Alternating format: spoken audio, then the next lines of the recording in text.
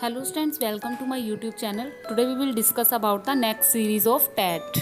Before starting question, please like and subscribe my channel.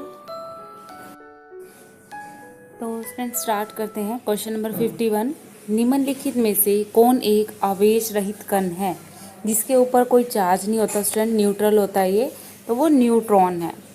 पौधे की आंतरिक संरचना का अध्ययन क्या कहलाता है? तो ये कहलाता है स्टूडेंट शारीरिक। नेक्स्ट है, निम्न में से किस रंग का अवतनाद सबसे अधिक होता है? तो देखो सबसे अधिक जो होता है वो बैंगनी होता है। स्वच्छ जल से भरे तालाब की गहराई 3 मीटर प्रतीत होती है। यदि हवा के सापेक्ष जल का अवतनाद 4/3 हो तो तालाब की वास्तविक गहराई क्या होगी स्टूडेंट?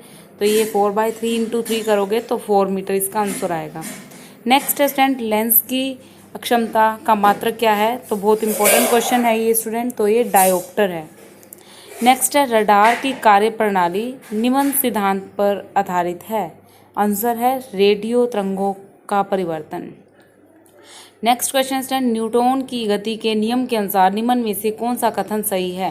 तो स्टूडेंट 3 कथन दिए होंगे वहाँ पे, तो वहाँ से जो मुझे सही लगा तो वो था द्वितीय नियम के बल की परिभाषा ज्ञात की जाती है। देखो स्टूडेंट, जो पिछली सीरीज की थी हमने, वहाँ पर न्यूटन थर्ड लॉ था। इससे यहाँ साफ पता लगता है कि न्यूटन लॉ से क्वेश्चन जो आपका सीटेट में पक्का पूछा जाता है। नेक्स्ट क्वेश्चन है स्टूडेंट, किसी पिंड के उस गुणधर्म को क्या कहते हैं जिसमें यह सीधी रेखा में विराम या एक समान गति की स्थिति में किसी भी परावर्तन का विरोध करता है? तो आंसर है जड़त्व। नेक्स्ट है, लेजर निम्न सिद्धांत पर कार्य करती है। तो आंसर है विकिरण का उत्सर्जन। नेक्स्ट है, दलदल में फंसे व्यक्ति को लेट जाने की सलाह क्यों दी जाती है? तो देखो स्टूडेंट, अगर कोई व्यक्ति दलदल में फंस जाता है तो अगर वो ऐसे खड़ा रहता है तो वो नीचे नीचे धंसता रहता है, लेकिन अगर वो लेट जाए तो उसका क्षेत्रफल अधिक होता है और इससे दाब कम हो जाता है। क्षेत्रफल जितना अधिक होगा, मतलब सरफेस जितना बढ़ेगा, उतना ही जो प्रेशर है वो कम होता है।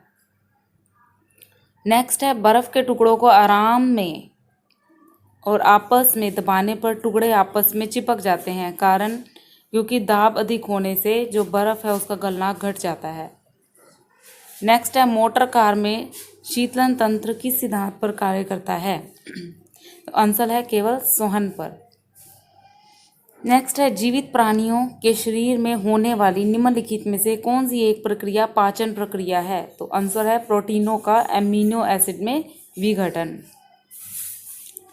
नेक्स्ट है, टेलीविजन में दूरदर्शन नियंत्रण के लिए किस प्रकार के वैद्युत चुंबकीय विकिरण का उपयोग किया जाता है? तो आंसर है स्टूडेंट हर्ट्ज या फिर लघु रेडियो तरंगों का। नेक्स्ट है, मीथेन जिसके वायुमंडल में उपस्थित है वो कौन सा है? देखो, जिसका इस तरह से क्वेश्चन आता है, जिस ग्रह के बृहस्पति में है ना वायुमंडल जो है मीथेन गैस से घिरा हुआ है, ठीक है, वो है बृहस्पति। प्रोटीन के पाचन में सहायक एंजाइम कौन से हैं? ट्रिप्सिन। उन देशों में जहाँ के लोगों का मुख्य खाद्यान्न पॉलिश किया हुआ चावल है, वहाँ के लोग किस चीज़ से पीड़ित हैं स्टूडेंट? वो बेरी रोग से पीड़ित है, क्योंकि पॉलिश किया हुआ चावल क्या करता है, आपके अंदर बेरी रोग को ला देता है।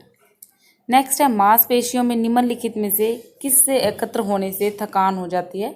तो ये लैक्टिक एसिड जो होता है, जिससे हमें थकावट महसूस होती है। थकावट से रिलेटेड कोई भी क्वेश्चन आए तो उसके लिए जो आपका सहायक होता है वो कौन है? उसके लिए जो रिस्पॉन्सिबल है आपका लैक्टिक एसिड होता है। नेक्स्ट है, प्रकाश वर्ष क्या होता है? एक वर्ष में प्रकाश द्वारा तय की जाने वाली दूरी को प्रकाश वर्ष कहते हैं। नेक्स्ट क्वेश्चन है स्टूडेंट, समुद्र की गहराई नापने के लिए कौन सा उपकरण उपयोग किया जाता है? तो देखो फैदोमीटर। तो स्टूडेंट, इनके लिए मैंने एक स्पेशल वीडियो बनाई है, तो आप मेरी प्लेलिस्ट में जाके कॉम्पिटिटिव सीरीज़ में देख सकते हो।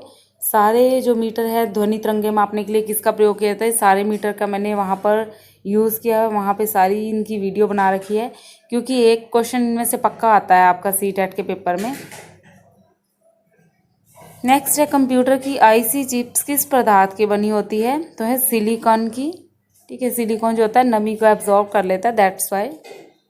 वह काल्पनिक रेखा जो फोकस और पोल से गुजरते हुए गोलाकार दर्पण पर पड़ती है क्या कहलाती है? मुख्य अक्ष कहलाती है स्टूडेंट। अगर किसी वस्तु का फोकस अवतल दर्पण पर पड़ता है तो उसकी छाया कैसी बनेगी? तो उसकी छाया स्टूडेंट अनंत पर बनती है। 10th क्लास का ये क्वेश्चन है। वह धातु जो अम्ल और क्षार के साथ क्रिया करके हाइड्रोजन निकालती है तो इम्पोर्टेंट है स्टूडेंट, जिंक कहलाती है। जीव विज्ञान शब्द का प्रयोग सबसे पहले किसने किया था? तो लेमार्क और ट्रेविसन ने किया था। कार्य का मात्रक क्या है स्टूडेंट? जूल। प्रकाश वर्ष किसकी इकाई है? दूरी की। एक ही प्रकार के परमाणुओं से मिलकर बना पदार्थ क्या कहलाता है? तत्व। और दो या दो से अधिक तत्वों के जो मात्रा के विचार से एक निश्चित अनुपात के संयोग करने से बना हुआ पदार्थ यौगिक कहलाता है। नेक्स्ट स्टूडेंट, किसी ध्वनि स्रोत की आवृत्ति में होने वाले उतार चढ़ाव को क्या कहते हैं? तो डॉप्लर प्रभाव कहते हैं। कोई कण 1 सेकंड में कितने कंपन करता है? उनकी संख्या को क्या कहते हैं? फ्रीक्वेंसी यानी कि आवृत्ति कहते हैं। वायु में ध्वनि की चाल 332 मीटर पर सेकंड है।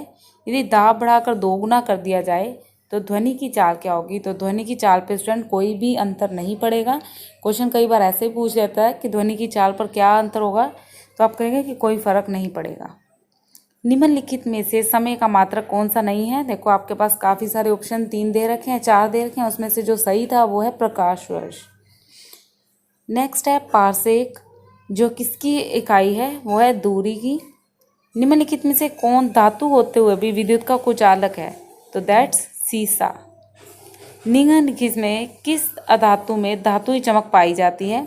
तो ग्रेफाइट और आयोडीन जो है अधातु होते हुए भी उनके अंदर धात्विक चमक पाई जाती है। एक गुब्बारे में हाइड्रोजन व ऑक्सीजन गैस के बराबर अणु हैं। यदि गुब्बारे में एक छेद कर दिया जाए तो क्या होगा? हाइड्रोजन गैस तेजी से निकल जाएगी। नेक्स्ट, कपूर के छोटे छोटे टुकड़े जल की सतह पर नाचते हैं तो कारण सरफेस टेंशन होता है स्टूडेंट, पृष्ठ तनाव के कारण। क्वेश्चन नंबर 89 पे चलते हैं। पानी का घनत्व अधिकतम होता है ज़्यादा से ज़्यादा -4 डिग्री सेल्सियस पर हो सकता है। यदि 2 उपग्रह एक ही वृत्ताकार कक्षा में चक्कर लगाते हैं तो उनके वेग समान होंगे।